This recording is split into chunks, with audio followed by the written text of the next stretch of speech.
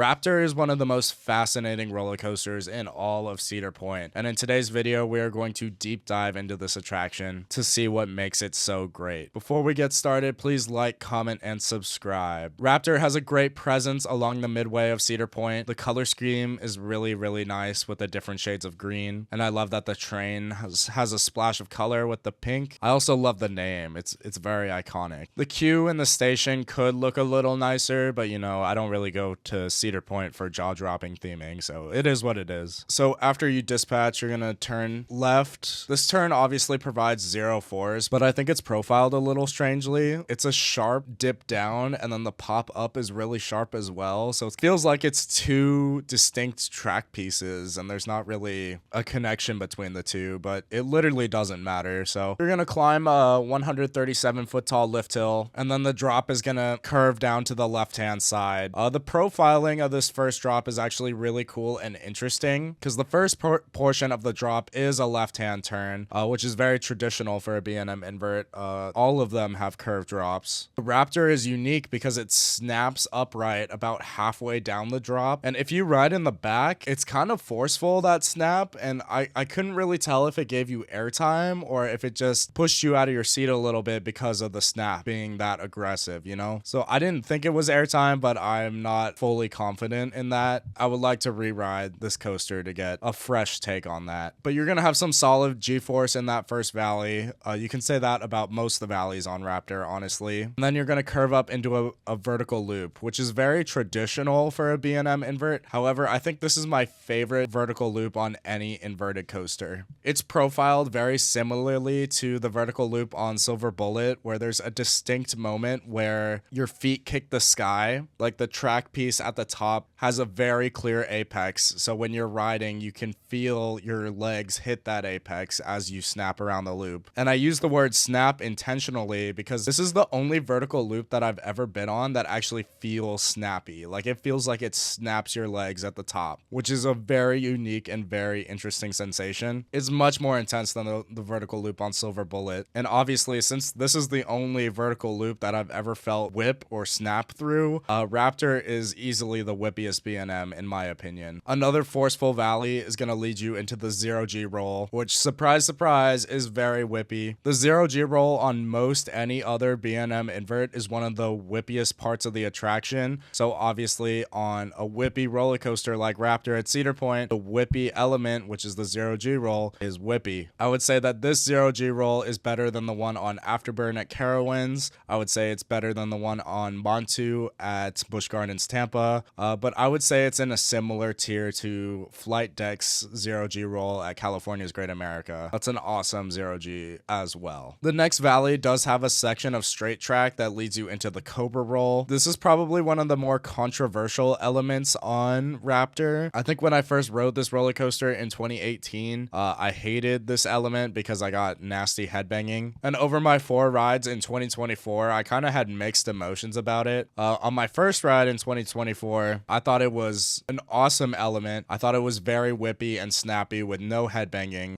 But on my subsequent rides, I had slight neck banging. So I'm not sure if I just didn't brace as well as I did on day 1. But it is certainly an aggressive moment. So make sure you keep your head forward when you ride this coaster, because that Cobra roll is no joke. Very similar to the vertical loop, this might be one of the most aggressive Cobra rolls I've ever experienced. Raptor is then going to twist up into an upward helix that'll lead you into the mid-course brake run. The helix up is very intense, and the mid-course brake run itself is just going to tap the train a little bit, and then Raptor is going to dive to the right and up into the first of 2 corkscrews. In between these 2 corkscrews is kind of an awkward section of straight track, which isn't ideal. You kind of glide over the midway and then you dip down into the second corkscrew. Obviously those corkscrews are very snappy and they're very interesting elements, but just the awkward track that connects them isn't ideal at all. And then Raptor is going to finish things off with a very intense downward helix. I'm used to the upward helix on Silver Bullet because Knott's Berry Farm is one of my home parks. That element is very intense, and it's easily the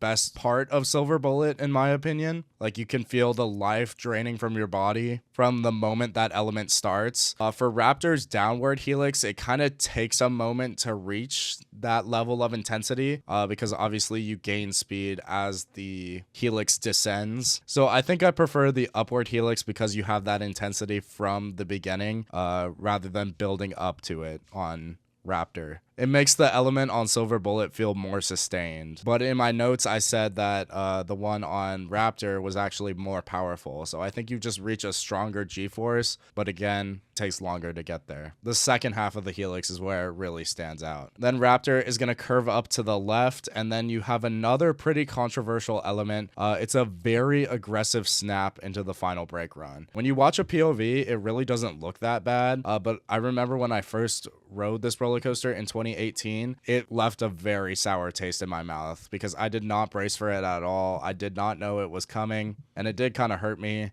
So I think that combined with the Cobra roll meant that Raptor was pretty underwhelming to me. But as of my most recent rides in 2024, it has grown on me a lot. I've fallen in love with the first drop on this coaster. The whip and power of all of the other elements really shines through. It's easily one of the best B&M inverts I've ever ridden, and it's one of the best coasters at Cedar Point. In 2024, I rode this roller coaster 4 times. I got a ride in the front, I got a ride in the back left seat, the back right seat, and I even rode in one of the middle seats in the back row. On my last day at Cedar Point, Raptor had an absolutely massive queue. It was filled to the brim, so many switchbacks, and it only took about 45 minutes, which was actually pretty impressive. Raptor can fit a lot of people, and Cedar Point, for the most part, has really good operations. So overall, Raptor is a very fun, very forceful, and very whippy B&M invert. Probably the whippiest, as I said. On one of the buildings near the attraction, it has a quote that says, "I just kicked the sky." And I feel like that's very fitting for this roller coaster in particular, especially because of the vertical loop that we discussed. It truly feels like you're kicking the sky on Raptor more so than any other invert I've ever ridden. It's an awesome inverted coaster. It's my 4th favorite at Cedar Point. It made me really rethink how I rank B&M inverted coasters because, as I said, I wasn't the biggest fan of Raptor until 2024. I think Raptor, Montu, Banshee,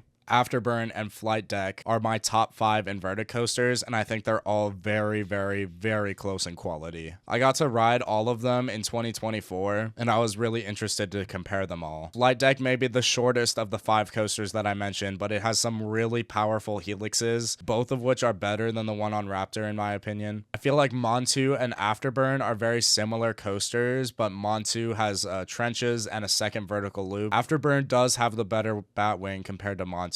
And you can view the second loop on Montu as a negative because it's just a less good version of something you already did, which means that layout has less diversity. Like, compare that to Copperhead Strike, which is another roller coaster which has 2 vertical loops, but it takes them very differently. The first one on Copperhead Strike gives you crazy hang time, while the second one has so much more speed and power that it feels like a Schwarzkopf loop, while the 2 vertical loops on Montu feel very similar and very proportional to one another. In terms of Raptor versus Flight Deck, I think Flight Deck is pure quality, but it's just too short to be the best invert. And of course, I haven't mentioned Banshee.